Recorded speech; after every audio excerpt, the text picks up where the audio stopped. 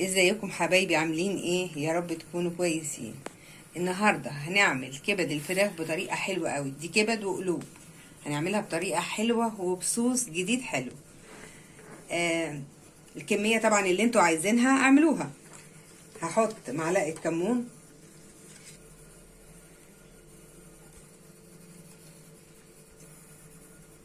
نص معلقه فلفل اسود، نص معلقه ملح، نص ليمونه، معلقه خل، معلقه توم، ونقلبهم.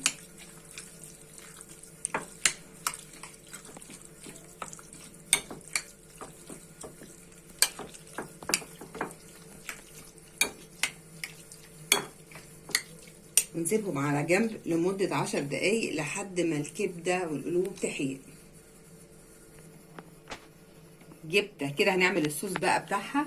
كده جبت حزمة بقدونس وقطعتها، وهحط نص معلقة توم مفروم، وهنحط هي التوابل بس بنسبة قليلة. نص ليمونة،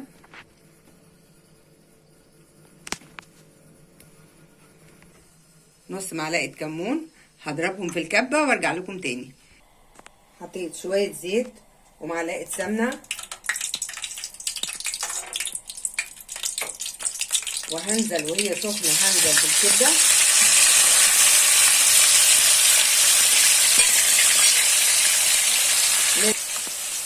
لازم ننزل بيها والزيت والسمنة تكون سخنة قوي علشان ما تنزلش المية بتاعتها. هنزل بقرن فلفل حراق، وده على حسب الرغبة.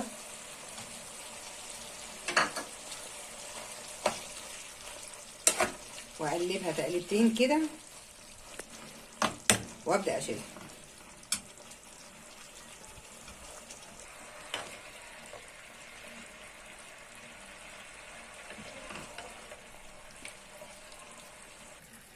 وكده انا هنزل بالبقدونس، تبلته نفس توابل الكبده، ملح وكمون وتوم وفلفل اسود.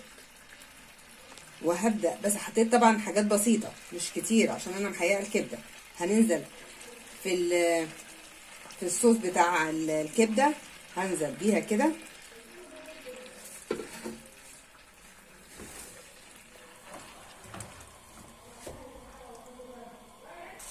هنزل بمعلقه دقيق،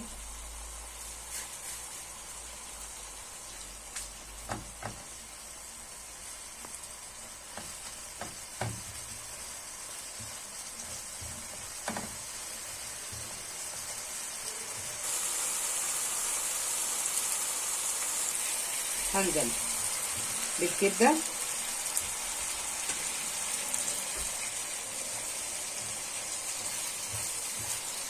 ونقلب فيها دقيقتين. انتوا عارفين ان الكبده ما بتاخدش سوا خالص.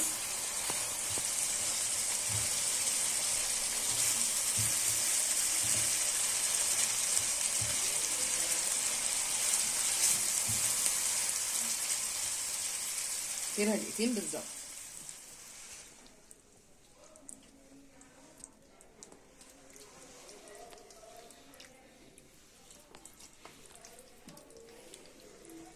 الصوص دوت بتاع البقدونس والدقيق بيبقى احلى من الكبده. وده شكلها النهائي. يا رب طريقتي تكون عجبتكم، وطريقه حلوه وسهله وبسيطه جدا وطعمها تحفه. نتقابل في فيديو جديد. ما تنسونيش في لايك وشير وتفعلوا الجرس عشان يوصلكم كل جديد.